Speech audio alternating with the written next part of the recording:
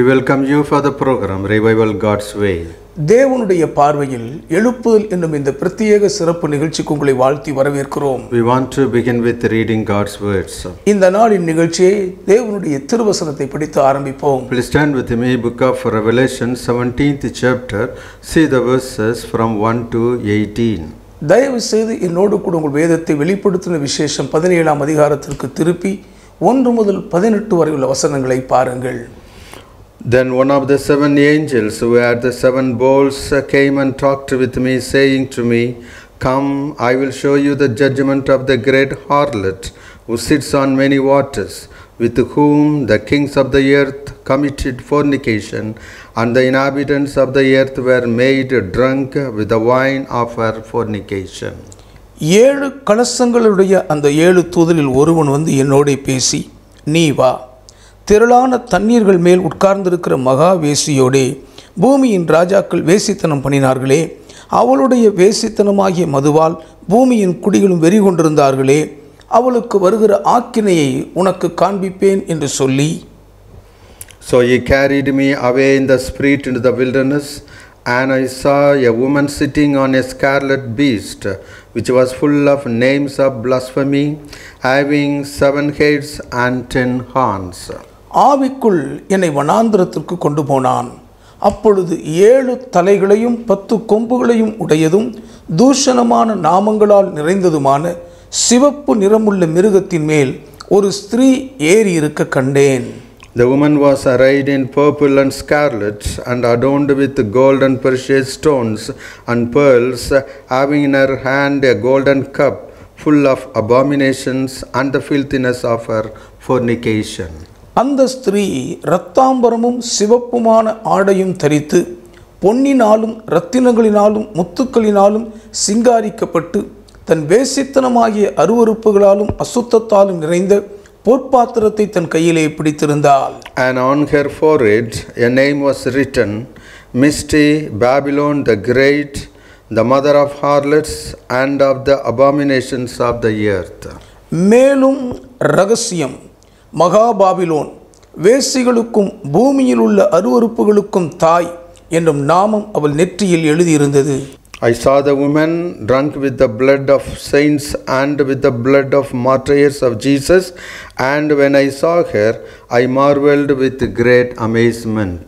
அந்த ஸ்திரீ பரிசுத்தவான்களின் இரத்தத்தினாலும் இயேசுவினுடைய சாட்சிகளின் இரத்தத்தினாலும் வெறி கொண்டிருக்கிறதை கண்டேன். அவளை கண்டு நான் மிகவும் ஆச்சரியப்பட்டேன். But the angel said to me, "Why did you marvel? I'll tell you the mystery of the woman and of the beast that carries her, which has the 7 heads and the 10 horns." அப்பொழுது தூதனானவன் என்னை நோக்கி, "ஏன் ஆச்சரியப்படுகிறாய்? இந்த ஸ்திரீயினுடைய இரகசியத்தையும் 7 தலைகளையும் 10 கொம்புகளையும் உடையதாய் இவளை சுமக்கிற மிருகத்தினுடைய இரகசியத்தையும் உனக்கு சொல்லுகிறேன். The beast that you saw was and is not, and will ascend out of the bottomless pit and go to perdition, and those who dwell on the earth will marvel, whose names are not written in the book of life from the foundation of the world, when they see the beast that was and is not and yet is. நீ கண்ட மிருகம் முன்னே இருந்தது, இப்பொழுது இல்லை. அது பாதாளத்திலிருந்து ஏறி வந்து நாசமடைய போகிறது. உலக தோற்றம் முதல் ஜீவ புஸ்தகத்தில் பேரெழுதப்பட்டிராத பூமியின் குடிகள் இருந்ததும் இராமற் போனதும் இனி இருப்பதுமாயிருக்கிற மிருகத்தை பார்த்து ஆச்சரியப்படுவார்கள். Here is a mind which has wisdom. The 7 heads are 7 mountains on which the woman sits. ஞானமுள்ள மனம் இதிலே விளங்கும். அந்த 7 தலைகளும் அந்த ஸ்திரீ உட்கார்ந்திருக்கிற 7 மலைகளாம். There are also 7 kings.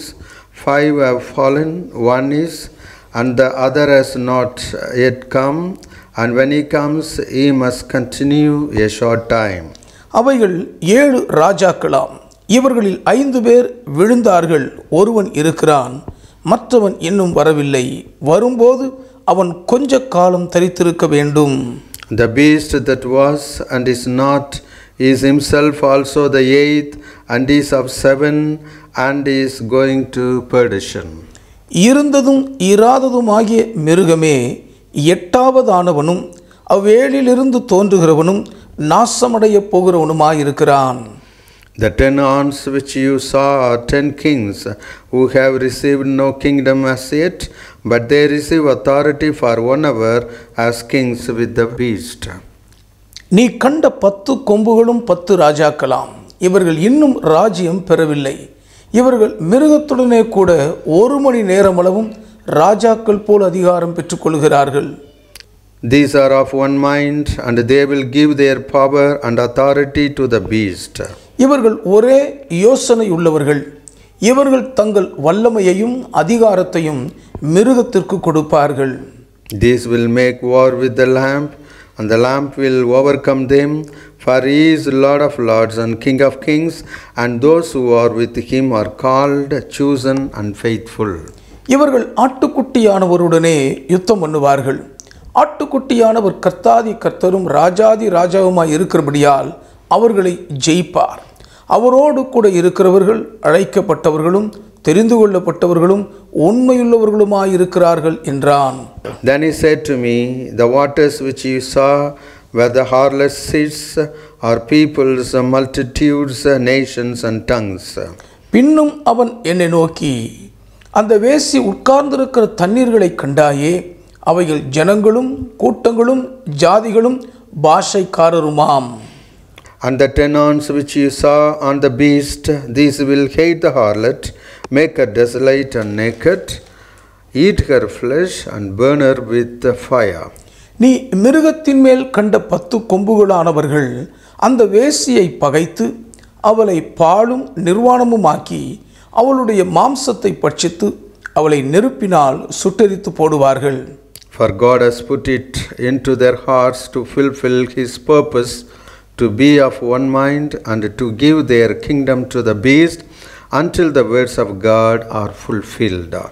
தேவன் தம்முடைய வார்த்தைகள் நிறைவேறும் அளவும் அவர்கள் தமது யோசனையை நிறைவேற்றுகிறதற்கும் ஒரே யோசனை உள்ளவர்களாயிருந்து தங்கள் ராஜ்யத்தை மிருகத்திற்கு கொடுக்கிறதற்கும் அவர்களுடைய இருதயங்களை ஏவினார். And the woman whom you saw is that great city which reigns over the kings of the earth. நீ கண்ட ஸ்திரீயானவள் பூமியின் ராஜாக்கள் மேல் ராஜ்யபாரம் பண்ணுகிற மகா நகரமேயாம் என்றான். These are the words of the Lord. இவைகளெல்லாம் கர்த்தருடைய வார்த்தைகளாகும். Beloved, we have been studying about the last days timeline.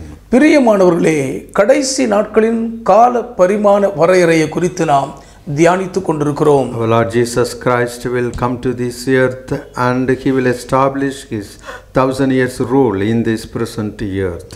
நம்முடைய கர்த்தராகிய இயேசு கிறிஸ்துவானவர் இந்த பூமிக்கு வருவார். இப்போது இருக்கிற இந்த பூமியில் தம்முடைய 1000 வருட அரசாட்சியை நிறுவுவார். First time he came to this earth to save us from the sin. முதல் முறையாக பாவங்களிலிருந்து நம்மை ரட்சிக்கும் பொருட்டாக இந்த பூமிக்கு அவர் வந்தார். He died on the cross for our sins. நம்முடைய பாவங்களுக்காக அவர் சிலுவையில் மரித்தார். He shed his precious blood on the cross. சிலுவையின் மேல் தம்முடைய விலையேற பெற்ற திரு இரத்தத்தை நமக்காக சிந்தினார். He died on the cross as a blameless lamb. பழுதற்ற பூரண ஆட்டுக்குட்டியாக சிலுவையில் பலியாக மரித்தார். For his blood we get our redemption. அவருடைய இரத்தத்தினால் நாம் மீட்பு பெறுகிறோம். The wages of sin is death. பாவத்தின் சம்பளம் மரணமாகும். The punishment of sin is the hellfire. பாவத்திற்கான தண்டனை அக்னியும் கந்தமும் எரிகிற நரக கடலாகும். To save us from the hellfire, our Lord Jesus Christ died on the cross. எரி நரகத்திலிருந்து நம்மை தப்புவித்து ரட்சிக்கும் பொருட்டாக நம் ஆண்டவர் இயேசு கிறிஸ்துவானவர் சிலுவையில் மரித்தார். He shed his precious blood to save us from the hellfire. எரி நரக அக்கினிக்கு நீங்களாக்கி நம்மை ரட்சிக்கும் பொருட்டாக தம்முடைய விலையேற பெற்ற திரு இரத்தத்தை இயேசுவானவர் சிந்தினார். He died on the cross for our salvation. நாம் ரட்சிக்கப்படும்படி அவர் சிலுவையில் மரித்தார். He was buried in a nearby tomb. அருகாமையில் இருந்த ஒரு கல்லறையில் அவர் அடக்கம் பண்ணப்பட்டார். On the third day, our Lord Jesus Christ resurrected again. மூன்றாம் நாளில் நம் ஆண்டவராகிய இயேசு கிறிஸ்துவானவர் மறுபடியும் உயிரோடு எழுந்தார். For 40 days he showed his disciples in his resurrected body. 40 நாட்கள் அளவும் உயிர்த்தெழுந்த தம் சரீரத்தோடு தம் சீஷர்களுக்கு தம்மை உயிரோடு இருக்கிறவராக காண்பித்தார். For 40 days he showed himself alive to his disciples in his powerful resurrected body. 40 நாட்கள் அளவும் உயிரோடு இருக்கும் தம்முடைய வல்லமையான திரு சரீரத்தில் உயிரோடு இருக்கிறவராக தம்மை தம் சீஷர்களுக்கு அவர் காண்பித்தார். On the 40th day he took his disciples to the Mount Olives. Before their eyes he ascended to heaven. 40வது நாளில் தம்முடைய சீஷர்களை ஒலிவ மலைக்கு அழைத்து கொண்டு போய் அவர்கள் பார்த்து கொண்டிருக்கும்பொழுது அவர்கள் கண்களுக்கு முன்பாக இயேசுவானவர் பரமேறி சென்றார். Now our Lord Jesus Christ is enthroned with the Father God Almighty in his throne. இப்பொழுதும் நம்முடைய ஆண்டவராகிய இயேசு கிறிஸ்துவானவர் சர்வ வல்லமையுள்ள பிதாவாகிய தேவனோடு கூட சிங்காசனத்தில் முடிசூட்டப்பட்டிருக்கிறார். Our Lord Jesus Christ is the King of Kings and Lord of Lords. He is enthroned with the Father God Almighty. ராஜாதி ராஜாவும் கர்த்தாதி கர்த்தருமாயிருக்கிற நம்முடைய ஆண்டவராகிய இயேசு கிறிஸ்துவானவர் பிதாவாகிய தேவனோடு கூட சிங்காசனத்தில் முடிசூட்டப்பட்டவராயிருக்கிறார். Our Lord Jesus Christ will return to this earth and rule this earth for 1000 years. நம்முடைய ஆண்டவராகிய இயேசு கிறிஸ்துவானவர் இந்த பூமிக்கு திரும்பி வருவார்.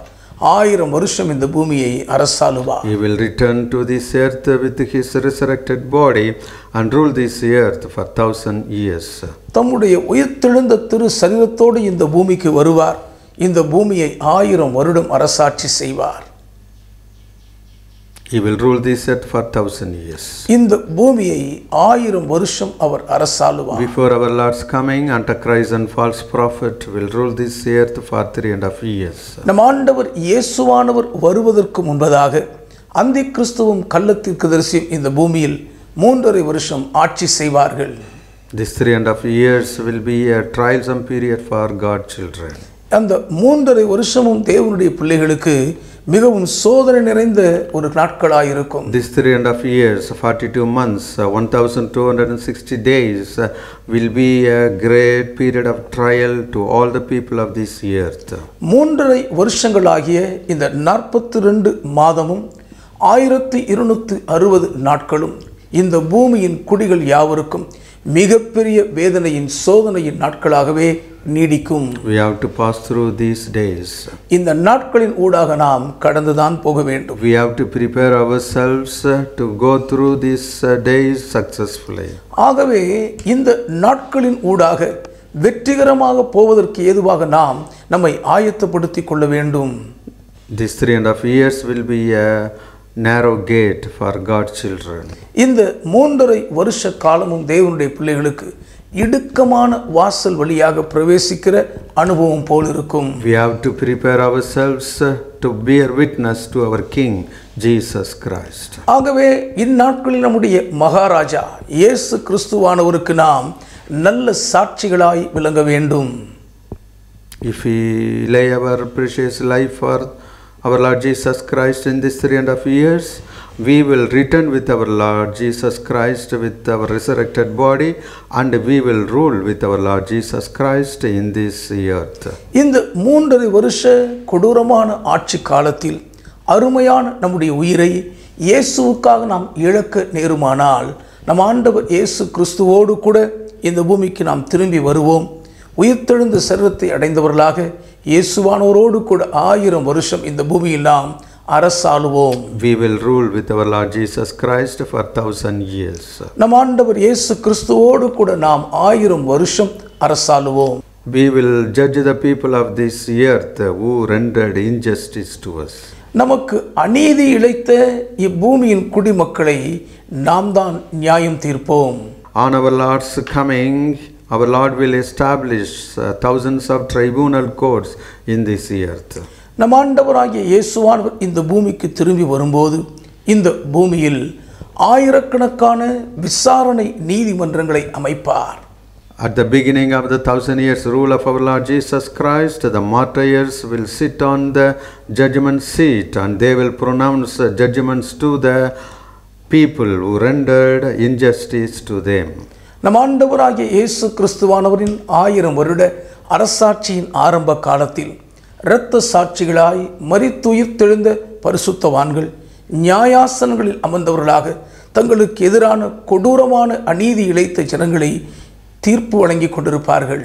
In those days, the martyrs who are in the resurrected bodies and the saints in the mortal bodies will rule this earth with our Lord Jesus Christ in the 1,000 years rule of our Lord Jesus Christ. அந்த நாட்களில் நம் ஆண்டவர் இயேசு கிறிஸ்துவானவரின் 1000 வருட அரசாட்சியின் போது இரத்த சாட்சிகளாய் மரித்து உயிர்த்தெழுந்த பரிசுத்தவான்களோடு கூட பூமியில் உயிரோடு வாழ்ந்து கொண்டிருக்கும் பரிசுத்தவான்களும் சாவுக்கேதுவான தங்கள் சரீரங்களோடு இந்த பூமியில் இயேசுவோடு 1000 வருஷம் அரசாளுவார்கள்.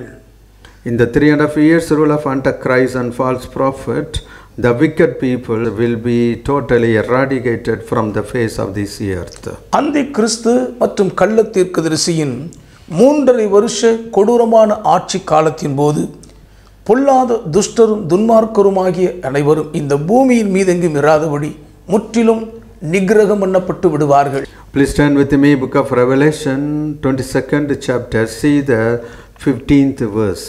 தயவு செய்து வெளிப்படுத்தின விசேஷம் 22ஆம் அதிகாரத்தின் 15ஆம் வசனத்தை பாருங்கள். But outside are dogs and sorcerers and sexually immoral and murderers and idolaters and whoever loves and practices a lie. நாய்களும் சூனியக்காரரும் விபச்சாரக்காரரும் கொலைபாதகரும் விக்கிரக ஆராதனைக்காரரும் பொய்யை விரும்பி அதன்படி செய்கிற யாவரும் புறம்பே இருப்பார்கள்.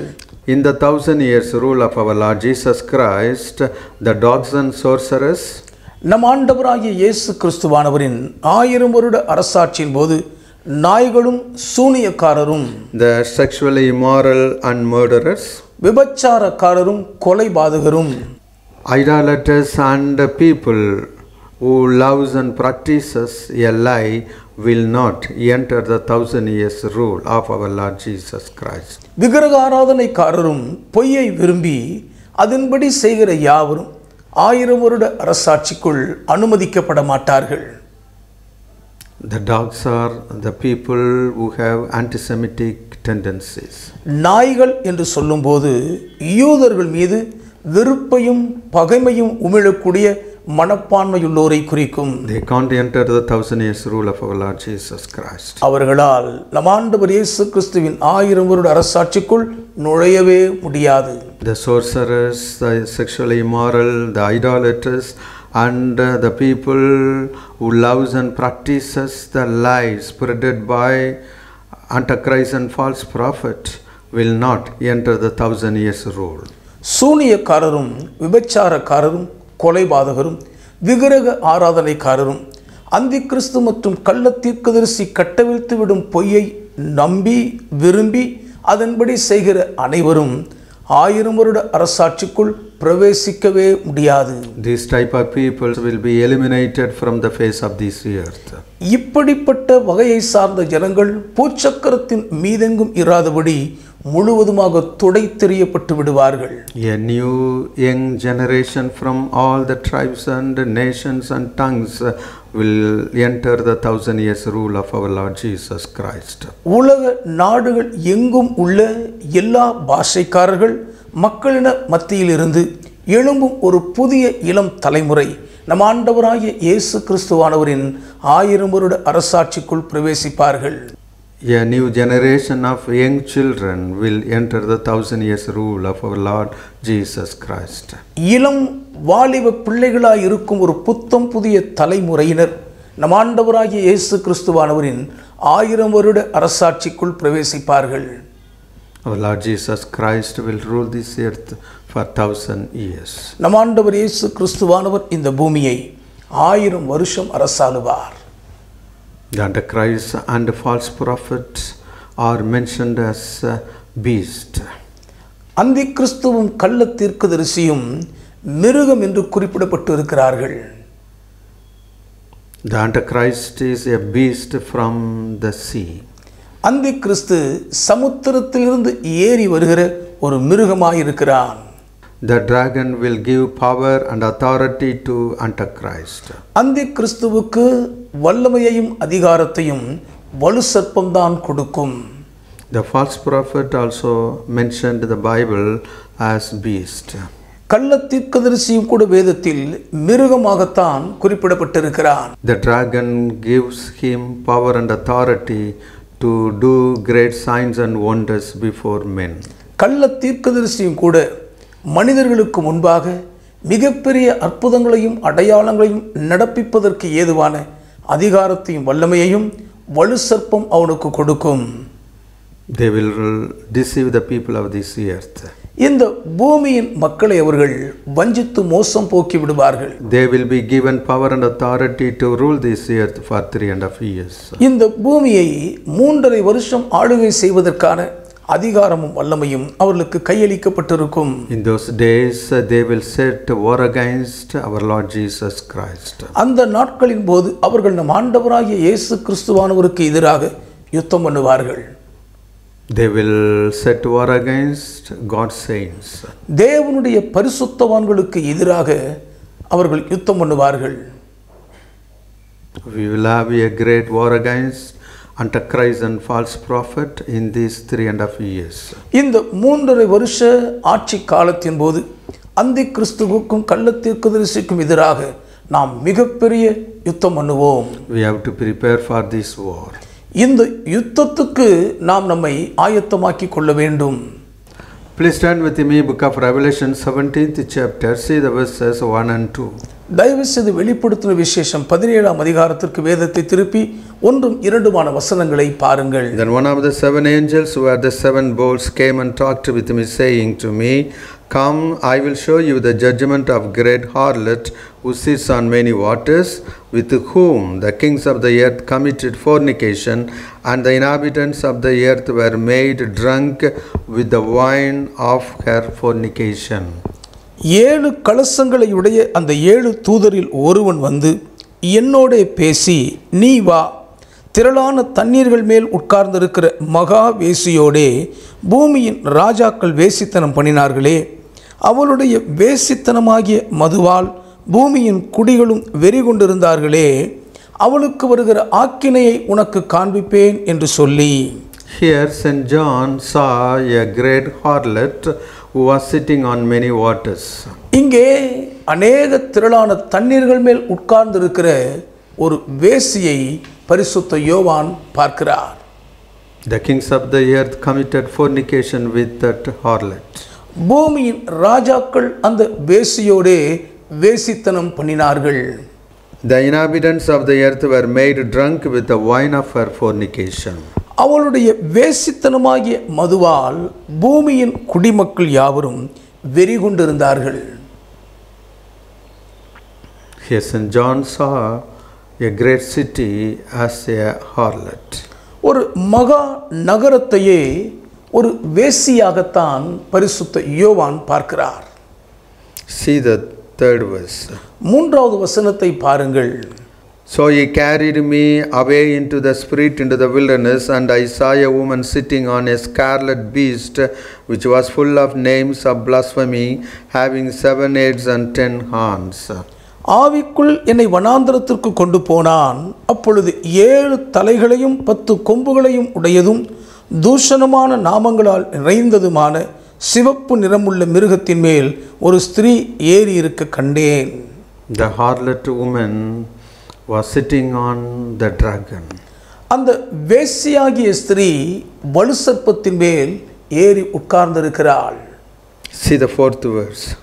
4வது வசனத்தை பாருங்கள். The woman was arrayed in purple and scarlet, and adorned with gold and precious stones and pearls, having in her hand a golden cup full of abominations and filthiness of her fornication.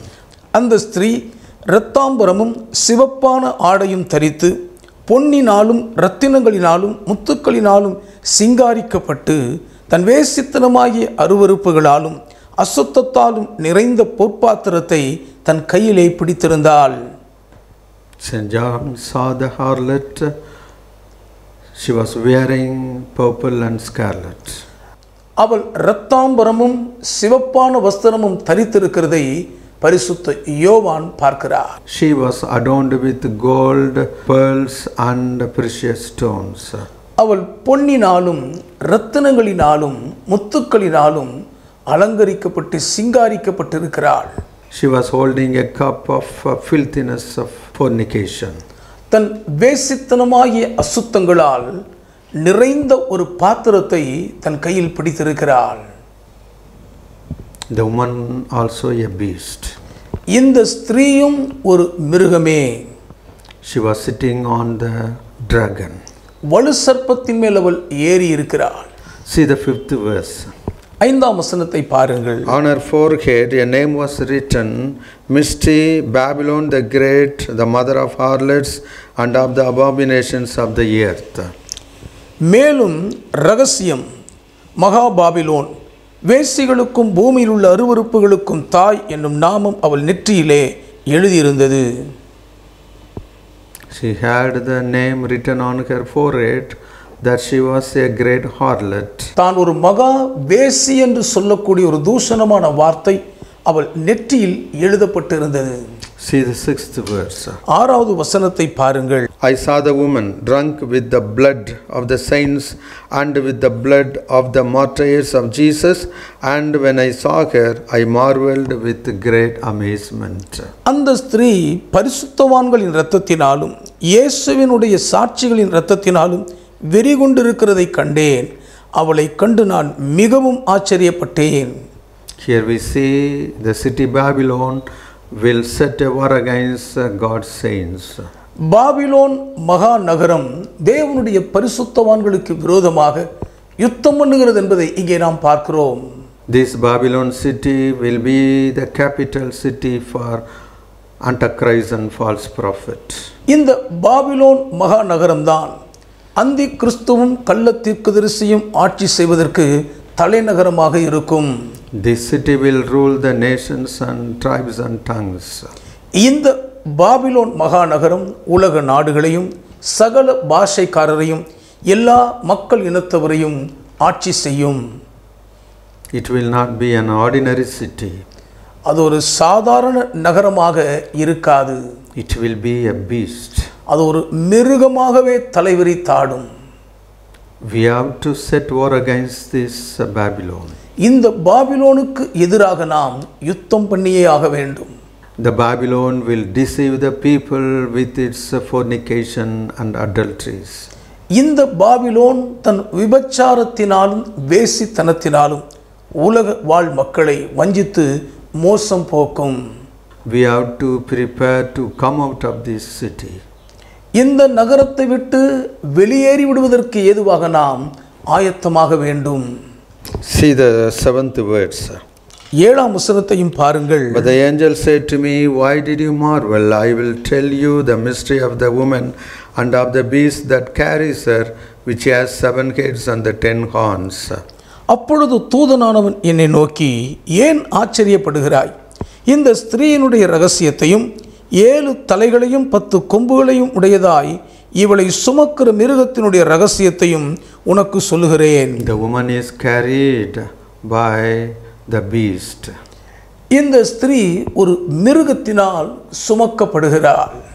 The beast had 7 heads and 10 horns.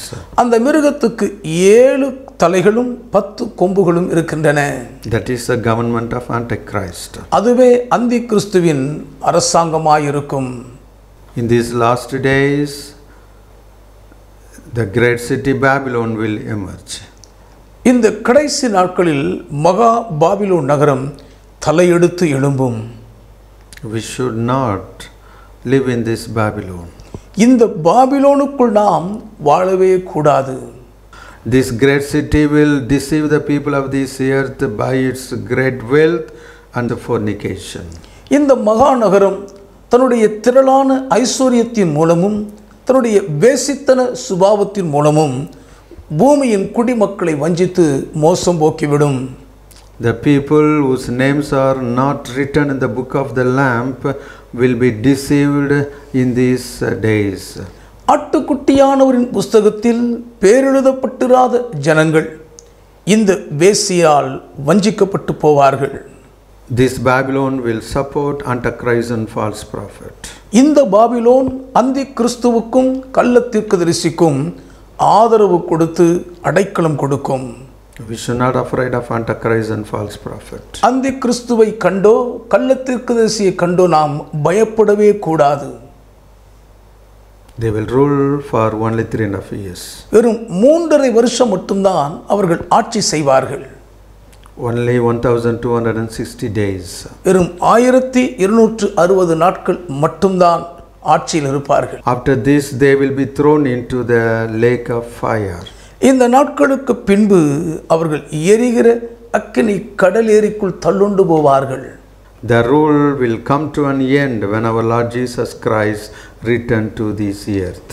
நம் ஆண்டவராகிய இயேசு கிறிஸ்துவானவர் இந்த பூமிக்கு திரும்பி வரும்போது அவர்களின் அகோர ஆட்சிக்கு முடிவு உண்டாகும். See the 8th verse. 8வது வசனத்தையும் பாருங்கள். The beast that you saw was and is not and will ascend out of the bottomless pit and go to perdition. நீ கண்ட மிருகம் முன்னே இருந்தது, இப்பொழுது இல்லை. அது பாதாளத்திலிருந்து ஏறி வந்து நாசமடைய போகிறது. See the 11th verse.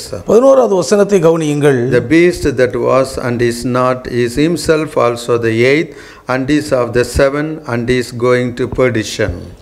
இருந்ததும் இராததுமாகிய மிருகமே 8வது ஆனவனும் அவ்வேலிலிருந்து தோன்றுகிறவனும் நாசமடைய போகிறவனுமாய் இருக்கிறான். The Antichrist rule is very short period. அந்தி கிறிஸ்துவின் ஆட்சி மிகவும் குறுகிய காலம்தான் இருக்கும். We have to bear witness to our King Jesus Christ. நம்முடைய மகாராஜா இயேசு கிறிஸ்துவானவருக்கு நாம் சாட்சிகளாக விளங்க வேண்டும். See the 12th verse. 12வது வசனத்தை கவனியுங்கள். The 10 horns which you saw are 10 kings who have received no kingdom as yet, but they receive authority for 1 hour as kings with the beast. நீ கண்ட 10 கொம்புகளும் 10 ராஜாக்களாம். இவர்கள் இன்னும் ராஜ்யம் பெறவில்லை. இவர்கள் மிருகத்துடனே கூட 1 மணி நேரம் அளவும் ராஜாக்கள் போல அதிகாரம் பெற்றுக்கொள்கிறார்கள். These are of one mind and they will give their power and authority to the beast. இவர்கள் ஒரே யோசனை உள்ளவர்கள். இவர்கள் தங்கள் வல்லமையையும் அதிகாரத்தையும் மிருகத்திற்கு கொடுப்பார்கள். Here the beast is the people's movement. இங்கே மிருகம் என்பது மக்கள் இயக்கமாகும். The people movement will be given kingdom to rule this earth. மக்கள் இயக்கங்கள் இந்த பூமியை ஆளுவதற்கு ஏதுவான ராஜ்யபாரம் பெற்றுக்கொள்வர். This people movement will have 10 kings. இந்த மக்கள் இயக்கத்திற்கு 10 ராஜாக்கள் இருப்பார்கள். From this people movement 10 governments will come up. இந்த மக்கள் இயக்கங்களிலிருந்து 10 மனுஷ ராஜ்ய அரசாங்கங்கள் தோன்றும். These rulers will give their governments to Antichrist. இந்த தலைவர்களாய் இருக்கும் அதிகாரிகள் தங்கள் ராஜாங்கத்தின் அரசாங்கத்தை அந்தி கிறிஸ்துவின் வசம் ஒப்புக்கொடுப்பார்கள். Antichrist will rule this earth for 3.5 years. ஆகவே அந்தி கிறிஸ்து இந்த பூமியை 3.5 வருஷம் ஆட்சி செய்வான். He will set a war against God's children. தேவனுடைய பிள்ளைகளுக்கு எதிராக யுத்தம் பண்ணுவான். See the 14th verse. 14ஆம் வசனத்தை கவனியுங்கள். These will make war with the lamb and the lamb will overcome them, for he is the Lord of lords and the King of kings, and those who are with him are called, chosen and faithful. இவர்கள் ஆட்டுக்குட்டியானவருடனே யுத்தம் பண்ணுவார்கள். ஆட்டுக்குட்டியானவர் கர்த்தாதி கர்த்தரும் ராஜாதி ராஜாவுமாய் இருக்கிறபடியால் அவர்களை ஜெயிப்பார். அவரோடே கூட இருக்கிறவர்கள் அழைக்கப்பட்டவர்களும் தெரிந்து கொள்ளப்பட்டவர்களும் உண்மையுள்ளவர்களுமாய் இருக்கிறார்கள் என்றான். The 3.5 years rule of Antichrist will set a war against God's saints. அந்தி கிறிஸ்துவின் 3.5 வருஷ ஆட்சி காலத்தின் போது தேவனுடைய பரிசுத்தவான்களுக்கு எதிராக அந்தி கிறிஸ்து யுத்தம் பண்ணுவார். Overcome the Antichrist and false prophet, we must be called, chosen and faithful. அந்தி கிறிஸ்துவையும் கள்ள தீர்க்கதரிசியையும் ஜெயிக்க வேண்டுமானால் நாம் அழைக்கப்பட்டவர்களாயும் தெரிந்து கொள்ளப்பட்டவர்களாகவும் உண்மையுள்ளவர்களாகவும் இருக்க வேண்டும். We have to prepare ourselves to be faithful to our King Jesus Christ. நம் மகாராஜா இயேசு கிறிஸ்துவானவருக்கு எப்போதும் உண்மையுள்ளவர்களாகவே இருப்பதற்கு ஏதுவாக நாம் நம்மை ஆயத்தப்படுத்த வேண்டும். The great city Babylon will be destroyed by its people. மகாநகரமாகிய பாபிலோன் அதன் குடிகளாலேயே அழிக்கப்பட்டு போகும். Its rulers will destroy and devastate the city. அதை ஆளுகை செய்யும் அதிகாரிகள் அவர்களுடைய பட்டணங்களை அழித்து நாசம் பண்ணி விடுவார்கள்.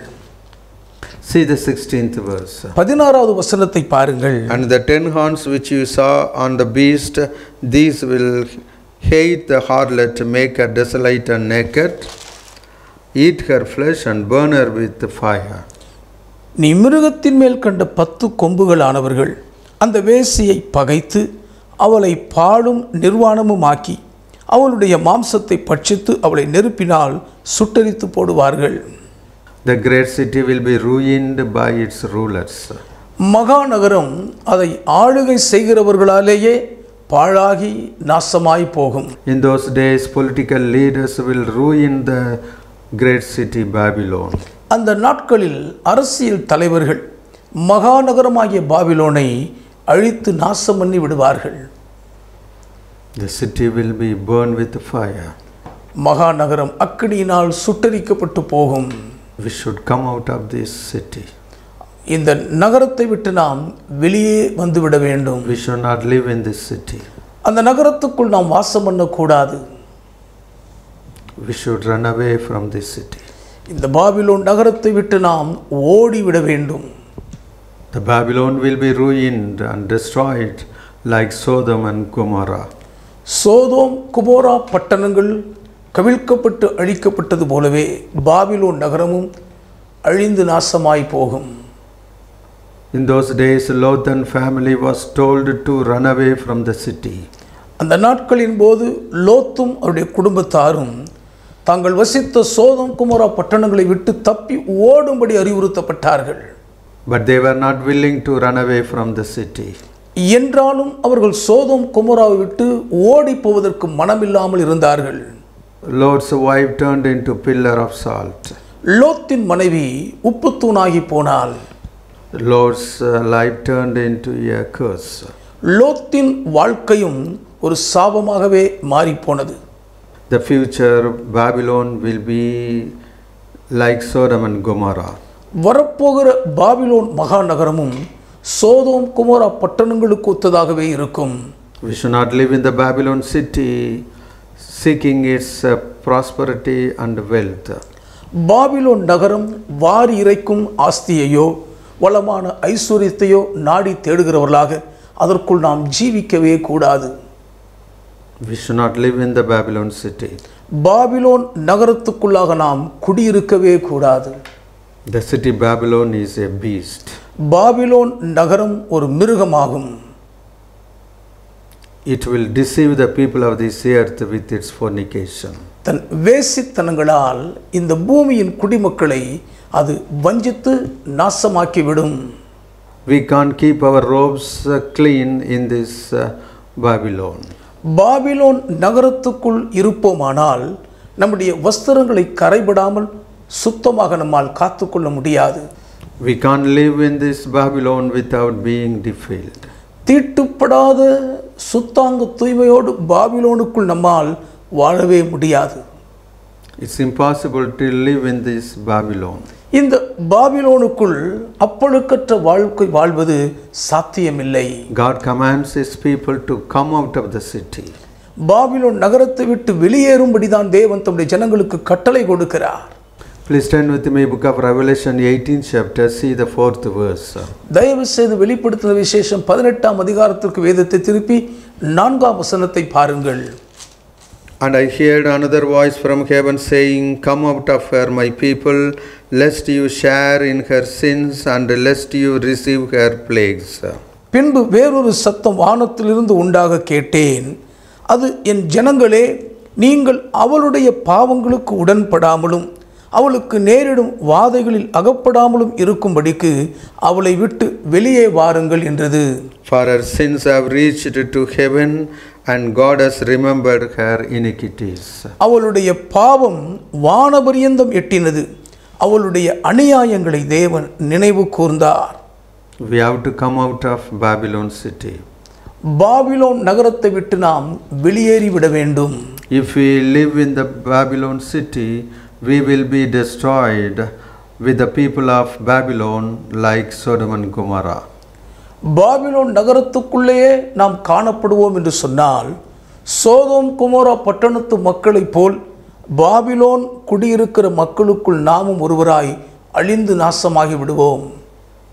The Babylon city will emerge in the last days. இந்த பாபிலோன் மகாநகரம் கடைசி நாட்களில் தலையெடுத்து எழுச்சி அடையும்.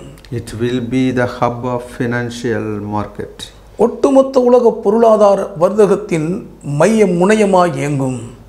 It also will rule the people of this earth. இந்த பூமியின் குடிமக்களையும் அது ஆளுகை செய்யும். It will be a famous city for wealth and prosperity. ஐஸ்வர்யத்திற்கும் வளம் கொழிக்கும் செழிப்பிற்கும் புகழ்பெற்ற நகரமாய் விளங்கும். It will be a hub of power and authority. அதிகார சக்தியின் முனையமாய் இயங்கும். We should avoid living in this city. இந்த நகரத்துக்குள் வாசம் பண்ணுவதை நாம் தவிர்த்து விட வேண்டும். This Babylon city will destroy the saints of our Lord Jesus Christ. இந்த பாபிலோன் மகா நகரம்தான் நம்முடைய ஆண்டவராகிய இயேசு கிறிஸ்துவானவரின் பரிசுத்தவான்களை குறிவைத்து அழித்து தாக்கும். Please turn with me book of Daniel, first chapter, see the 8th verse. தானியேலின் புஸ்தகம் முதல் அதிகாரத்திற்கு வேதத்தை திருப்பி 8ஆம் வசனத்தை பாருங்கள். But Daniel purposed in his heart that he would not defile himself with the portion of the king's delicacies, nor with the wine which he drank. Therefore he requested of the chief of the eunuchs that he might not defile himself. தானியேல் ராஜாவின் போஜனத்தினாலும் அவர் பானம் பண்ணும் திராட்சை ரசத்தினாலும் தன்னை தீட்டுப்படுத்தலாகாதென்று தன் இருதயத்தில் தீர்மானம் பண்ணிக்கொண்டு தன்னை தீட்டுப்படுத்தாதபடி பிரதானிகளின் தலைவனிடத்தில் வேண்டிக் கொண்டான். Daniel and his friends determined not to be defiled by the delicacies of Babylon. பாபிலோனின் ராஜ போஜனத்தினால் தங்களை தீட்டுப்படுத்தலாகாது என்று தானியேலும் அவருடைய தோழரும் உறுதியாய் தீர்மானம் பண்ணினார்கள். Likewise, in these last days, we should be determined not to be defiled by the Babylon city. அதுபோலவே நாமும் கூட இந்த கடைசி நாட்களில் பாபிலோன் நகரத்தினால் எவ்விதத்திலும் தீட்டுப்படலாகாது என்று தீர்மானித்துக் கொள்ள வேண்டும். We should not go near Babylon. நாம் பாபிலோனின் அருகில் நெருங்கி கூட போகக்கூடாது. It is a beast. அது ஒரு மிருகமாகும். We will have a war against Babylon. பாபிலோனுக்கு விரோதமாக நாம் யுத்தம் பண்ண வேண்டும். We should not be deceived by the wealth and prosperity of Babylon. பாபிலோனின் வளமான ஐஸ்வர்யமோ அதன் ஆஸ்தியின் அந்தஸ்தோ நம்மை தீட்டுப்படுத்த இடம் கொடுக்க கூடாது. We should not have this tendency. அப்படிப்பட்ட ஒரு எண்ண மனப்பாங்கு நமக்குள் காணப்படவே கூடாது. Please turn with me book of Exodus 16th chapter, see the 3rd verse. தயவு செய்து யாத்ராகம புஸ்தகம் 16ஆம் அதிகாரத்தை திருப்பி 3ஆம் வசனத்தை பாருங்கள். And the children of Israel said to them, "Oh, that we had died by the hand of the Lord in the land of Egypt, when we sat by the pots of meat, and when we ate bread to the full. For you have brought us out into this wilderness to kill this whole assembly with hunger." நாங்கள் இறைச்சி பாத்திரங்கள் அண்டையிலே உட்கார்ந்து அப்பத்தை திருப்தியாக சாப்பிட்ட எகிப்து தேசத்திலே கர்த்தரின் கையால் செத்துப்போனோமானால் தாவிலை. இந்த கூட்டம் முழுவதையும் பட்டினியினால் கொள்ளும்படி நீங்கள் எங்களை புறப்பட பண்ணி இந்த வனாந்தரத்திலே அழைத்து வந்தீர்களே என்று அவர்களிடத்தில் சொன்னார்கள். Here we see the Israelites murmured against Moses. இங்கே இஸ்ரவேல் புத்திரர் மோசேக்கு விரோதமாக முறுமுறுக்கிறதை நாம் பார்க்கிறோம். They had a lust with the food of Egypt. அவர்கள் எகிப்து தேசத்து உணவின் மீது தீராத இச்சை கொண்டார்கள். In these last days we should choose the life of wilderness. இந்த கடைசி நாட்களில் வனாந்தரத்தில் வாழக்கூடிய வாழ்க்கையை நாம் தேர்ந்தெடுத்து கொள்ள வேண்டும். We should not go after wealth and prosperity. ஐஸ்வர்யத்துக்கு பின்பாகவோ வளமான செழிப்புக்கு பின்பாகவோ நாம் அலைமோதவே கூடாது. We should prepare for these days. இந்த நாட்களுக்கு ஏதுவாக நாம் ஆயத்தப்பட வேண்டும். We should run away from the filthiness of Babylon. பாபிலோனின் அசுத்த அருவருப்புகளை நாம் முழுவதுமாக வெறுத்து தவிர்க்க வேண்டும். We should not seek the wealth of Babylon. பாபிலோனின் ஐஸ்வர்ய வளங்களை நாம் நாடவே கூடாது. Behind the Babylon there is a dragon. பாபிலோனுக்கு பின்னால் ஒரு கொடிய வலு சர்ப்பம் தான் இருக்கிறது. Lot did not like to live with Abraham in the wilderness. லோத்துக்கும் கூட ஆபிரகாமோடு கூட வனாந்தரத்தில் குடியிருக்க மனதில்லாமல் போய்விட்டது.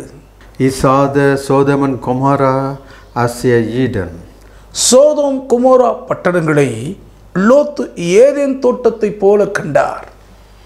He saw the Sodom and Gomorrah's wealth and prosperity. Sodom குமோராவின் பசுமையான வளங்களை மிகப்பெரிய செழிப்பான பாக்கியமாய் பார்த்தார். He decided to live in the city Sodom and Gomorrah. ஆதலால் சோதோம் குமோரா பட்டணத்தில் குடியிருக்க தீர்மானித்து விட்டார். He defiled his family with the fornication of that city. அந்த பட்டணத்தின் வேசித்தன கொடூரங்களால் தன் குடும்பத்தை தீட்டுப்படுத்தி விட்டார். He lost his family.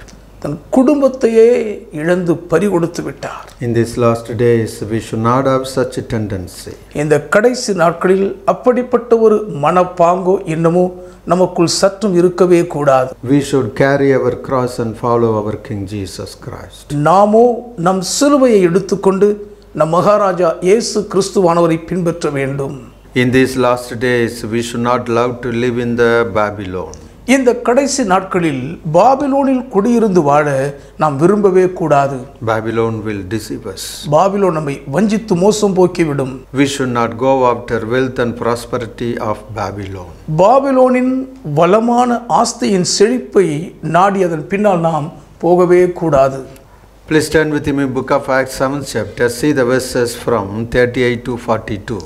தயவுசெய்து அப்போஸ்தலர் 7ஆம் அதிகாரத்திற்கு வேதத்தை திருப்பி 38 முதல் 42 வரை உள்ள வசனங்களை பாருங்கள். This is he who was in the congregation in the wilderness with the angel who spoke to him on Mount Sinai, and with our fathers, the one who received the living oracles to give to us.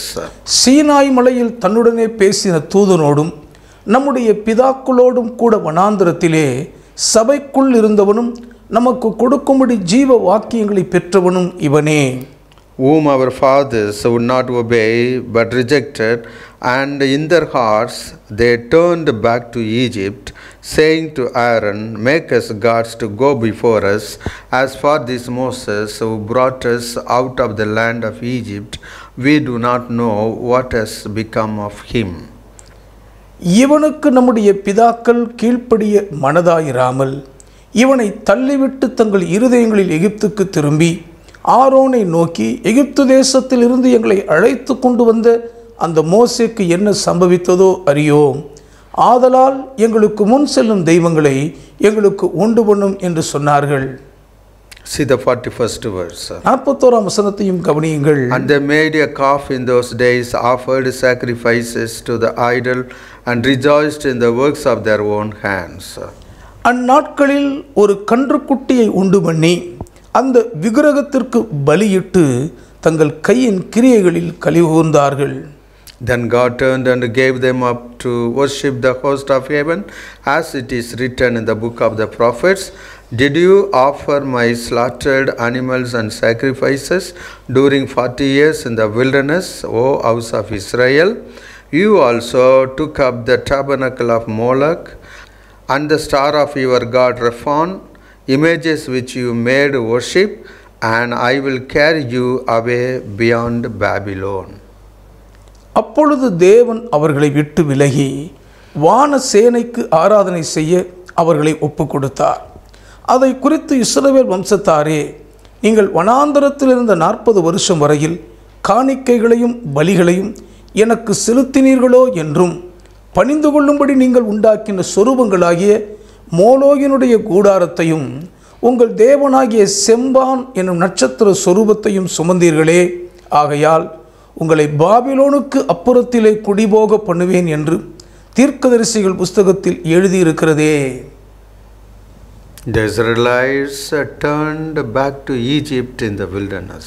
இஸ்ரவேலர்கள் வனாந்தரத்தில் பயணித்துக் கொண்டிருந்த பொழுது தங்கள் இருதயத்தில் எகிப்துக்கு திரும்பி போனார்கள். In their heart they turned to Egypt in the wilderness. வனாந்தரத்திலே இருந்தாலும் இருதயத்திலோ அவர்கள் எகிப்துக்கு திரும்பி போய்விட்டார்கள்.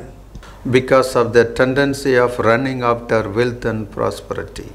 ஐஸ்வர்ய செல்வ செழிப்புக்கு பின்னால் போக வேண்டும் என்ற அவருடைய மனப்பாங்குதான் அதற்கு காரணம். They had chosen to worship the idols. விக்கிரகங்களை பணிந்து கொள்ளவே அவர்கள் தெரிந்து கொண்டார்கள்.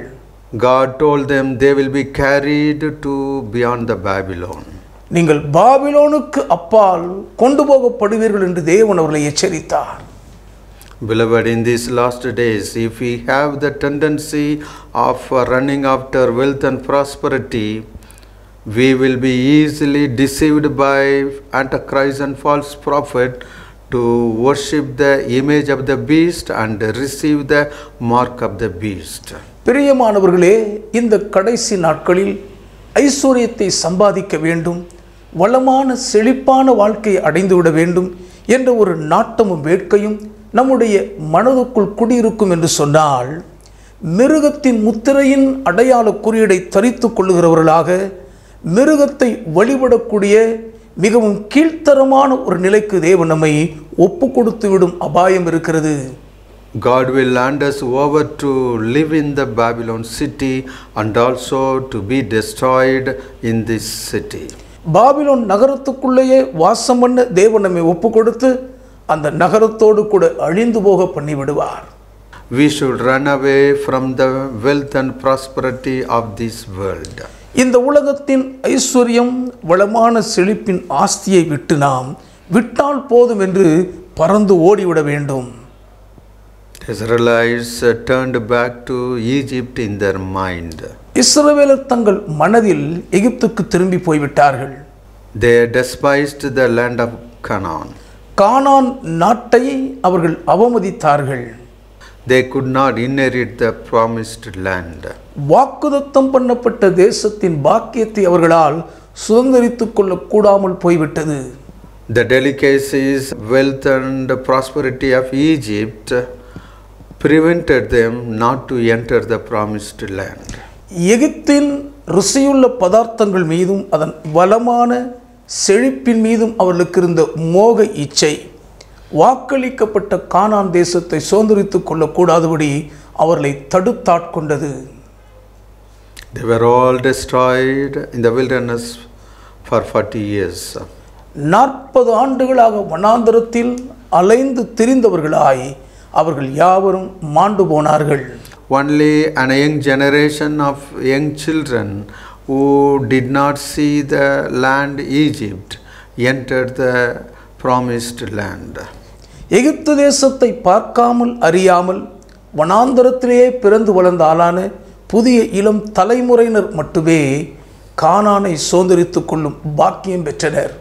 If we are enslaved by the desires of Babylon, we cannot survive in the 3.5 years rule of Antichrist. பாபிலோனின் ருசியுள்ள பதார்த்தங்கள் மீது இருக்கும் மோக இச்சை நம்மை அடிமைப்படுத்தி இருக்கும் என்று சொன்னால், இயேசு கிறிஸ்துவானவரின் 1000 வருட அரசாட்சிக்குள் நம்மால் பிரவேசிக்க முடியாமல் போய்விடும்.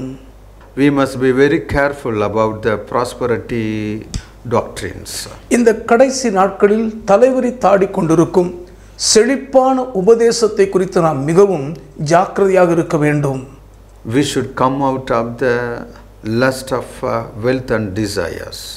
திரண்ட ஆஸ்தி ஐஸ்வர்யத்தின் மீது இருக்கும் அந்த இழிவான இச்சையை விட்டு நாம் வெளிவிட்டு விட வேண்டும். In these last days, we should be trained to walk faithfully in the wilderness. இந்த கடைசி நாட்களில் வனாந்தர வழி பயணத்தில் உண்மையுள்ளவர்களாய் இருப்பதற்கு ஏதுவாக நாம் பழகிக்கொள்ள வேண்டும். We should walk in the wilderness depending on the manna from heaven. வானத்திலிருந்து பொழியும் மன்னாவை மாத்திரமே சார்ந்தவர்களாக நாம் வனாந்தரத்தில் பயணிக்க வேண்டும். We should not turn back to Egypt in our heart. இந்த இருதயத்திலே ருசியுள்ள பதார்த்தங்களாகிய ஈத்துக்கு நாம் திரும்பி போகவே கூடாது. We should not lust the wealth and prosperity of Babylon. பாபிலோனின் வளமான ஐஸ்வர்யத்தின் மீது நமக்கு இச்சை வரவே கூடாது. We should not be deceived in these last days. இந்த கடைசி நாட்களில் நாம் வஞ்சிக்கப்பட்டு விடக்கூடாது. Please stand with me, Matthew 13 chapter 22nd verse. தயவு செய்து மத்தேயு 13ஆம் அதிகாரத்திற்கு வேதத்தை திருப்பி 22ஆம் வசனத்தை பாருங்கள். Now he who received a seed among the thorns is he who hears the word, and the cares of this world and the deceitfulness of riches choke the word, and he becomes unfruitful.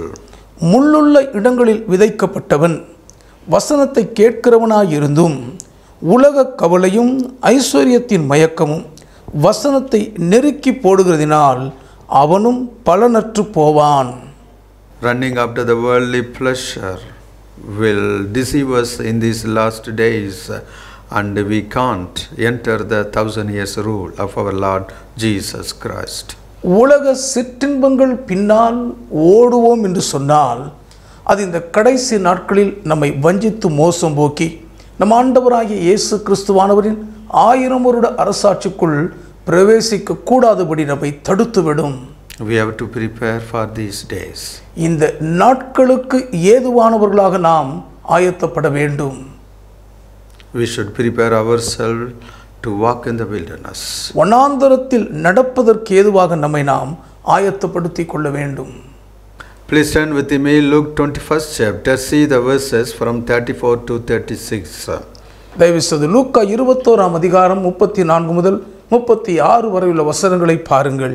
But take heed to yourselves, lest your hearts be weighed down with carousing, drunkenness, and cares of this life, and the day come on you unexpectedly. உங்கள் இருதயங்கள் பெருந்தண்டியினாலும் வெறியினாலும் லௌகீக கவலைகளினாலும் பாரமடையாதபடிக்கும் நீங்கள் நினையாத நேரத்தில் அந்த நாள் உங்கள் மேல் வராதபடிக்கும் எச்சரிக்கையாயிருங்கள். For it will come as a snare on all those who dwell on the face of the whole earth. பூமியில் எங்கும் குடியிருக்கிற அனைவர் மேலும் அது ஒரு கண்ணியை போல வரும்.